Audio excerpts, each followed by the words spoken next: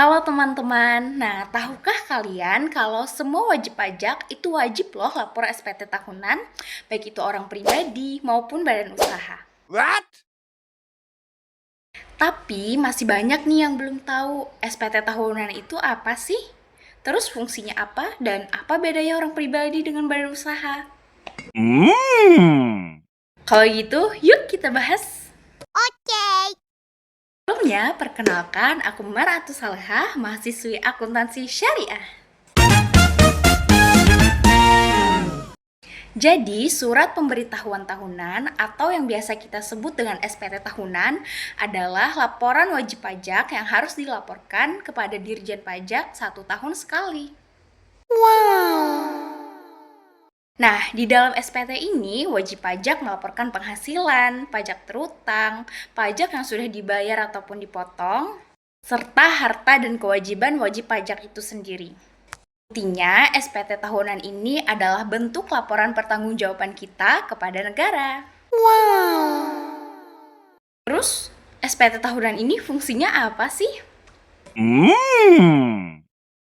Jadi, SPT tahunan ini berfungsi sebagai laporan pajak, bukti kepatuhan wajib pajak, alat pengawasan bagi DJP. Terakhir, juga bisa menjadi dasar penetapan pajak jika masih ada kekurangan pembayaran. Nah, untuk SPT tahunan itu sendiri terbagi menjadi dua. Yang pertama ada SPT tahunan orang pribadi dan juga SPT tahunan badan usaha.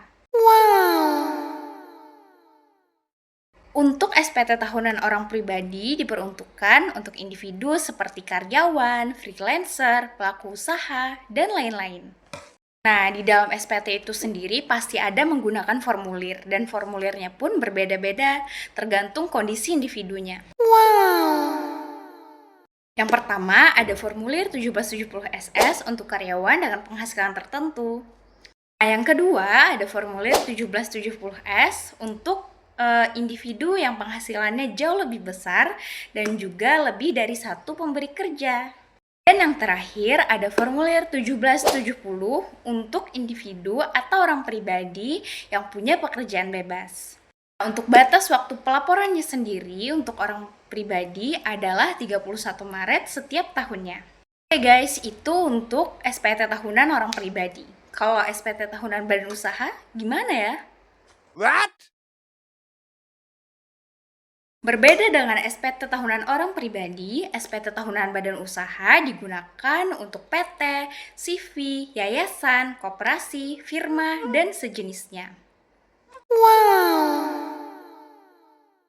Nah, untuk formulir yang digunakan oleh SPT badan usaha sendiri adalah formulir 1771 yang isinya meliputi laporan laba rugi, neraca, dan pajak penghasilan badan. Nah, untuk batas pelaporannya sendiri, SPT tahunan badan itu tanggal 30 April setiap tahunnya. Jadi, bedanya SPT orang pribadi dan badan apa ya? Singkatnya, perbedaan SPT orang pribadi dan badan itu terletak pada subjeknya, formulirnya, dan juga batas keterlambatannya. Orang pribadi kan terlambat pada tanggal 31 Maret, sedangkan untuk badan usaha itu terlambatnya 30 April. Enggak sih sanksi untuk orang pribadi atau badan usaha kalau tidak melapor pajaknya ataupun lambat melapor pajaknya? Tentu ada ya, jadi sanksi untuk orang pribadi yang tidak melaporkan SPT tahunannya itu sanksi denda 100.000, sedangkan untuk badan usaha 1 juta. Nah, sekarang teman-teman jadi tahu kan apa itu SPT tahunan, SPT orang pribadi, SPT badan, fungsi, perbedaannya, dan lain-lain. Karena itu, yuk kita jadi wajib pajak yang patuh akan pajak. Karena pajak kita untuk negara kita. Sampai jumpa di video edukasi selanjutnya. See you!